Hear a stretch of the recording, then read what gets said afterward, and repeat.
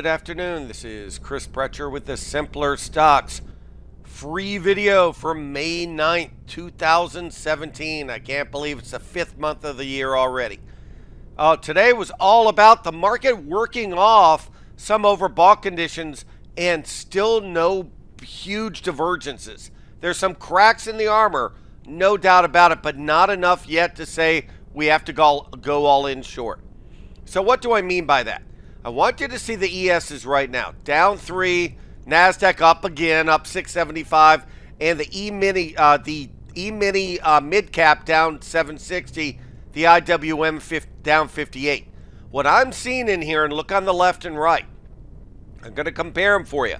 This still looks like pretty much a bull market. Looks like a bull flag until proven otherwise. On the other hand, you have this big old red candle. Now, this could be another bull flag within the bull flag, but that red candle makes it a little less reliable. On the other hand, you have the NASDAQ, which we know is in Never Never Land. Now, I did a post on Twitter this weekend and also for Simpler Stocks on their email alerts about how far the NASDAQ is over its 20-period, its 50-period moving average. So take off just this. I'm going to make this real big for you. It's the farthest away from its 50 simple moving average since guess when?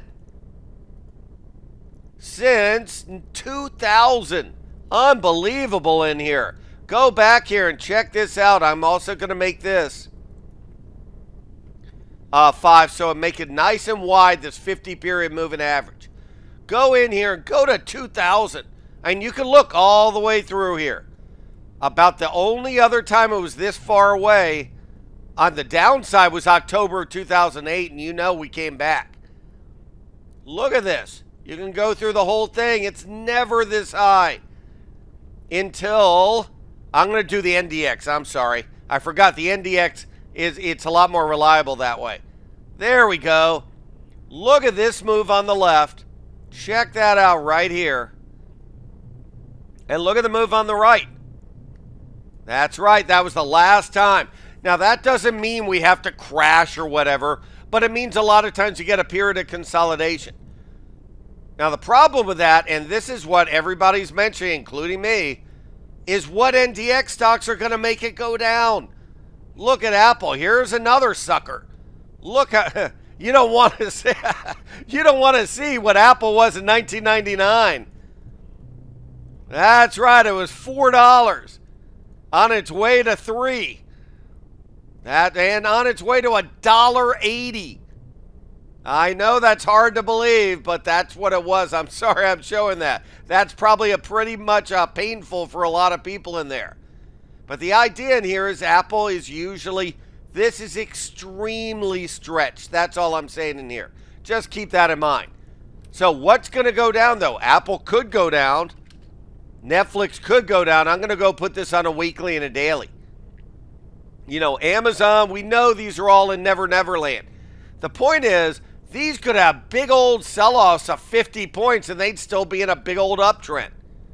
I'm not saying they're going down yet. There's no place it shows them that they should go down yet. So don't say, oh, they have to go down. You need a trigger, which you don't have.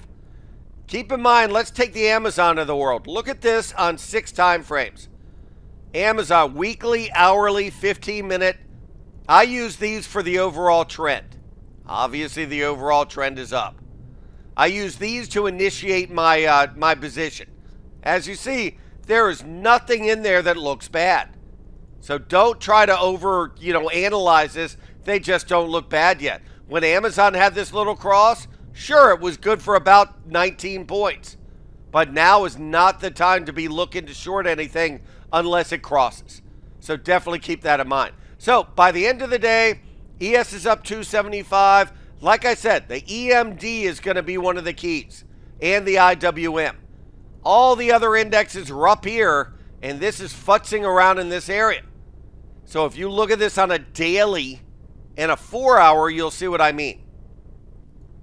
Notice that all we're doing is having a little bit of a breakout and we're coming down to earth, working off the overbought condition. That's all we're getting. Now you're oversold. The idea is that's why in the simpler stocks premium, we're actually looking for some buys within that space. The warning sign is going to be if this doesn't hold. Same with the transports. Transports today down 97 balloons in here. 99, almost 99 Luft balloons. The idea in here is if the transports can't hold this area, that's a serious thing. But remember, they can diverge for months. In 2015, they diverged for 9 months before the ESs took notice. But it's definitely something to notice if it can't hold this level. So we're going to be watching that closely too. Other thing in here, gold doing nothing today. You had really silver down fractionally, the dollar up just fractionally in here. Foreign markets, Nikkei having another great day. Zero Hedge had an article that more than 50% of the index trades are the Japanese Bank of Japan actually buying the index. You had the Chinese market getting hit again down at 1.25%. That's going to start mattering. In fact, when you see the DJ China on the left and on the right you see the SPX, they usually after a while the SPX is going to start noticing look at this. This is becoming plummet mode.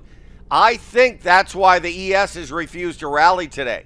That becomes a big deal, and that's something we're going to be watching very carefully in the next couple of days. So I hope everybody's enjoyed this video. If you get a chance, we have the $7 30-day trial still for the gold area. Have a great night. Talk to you later.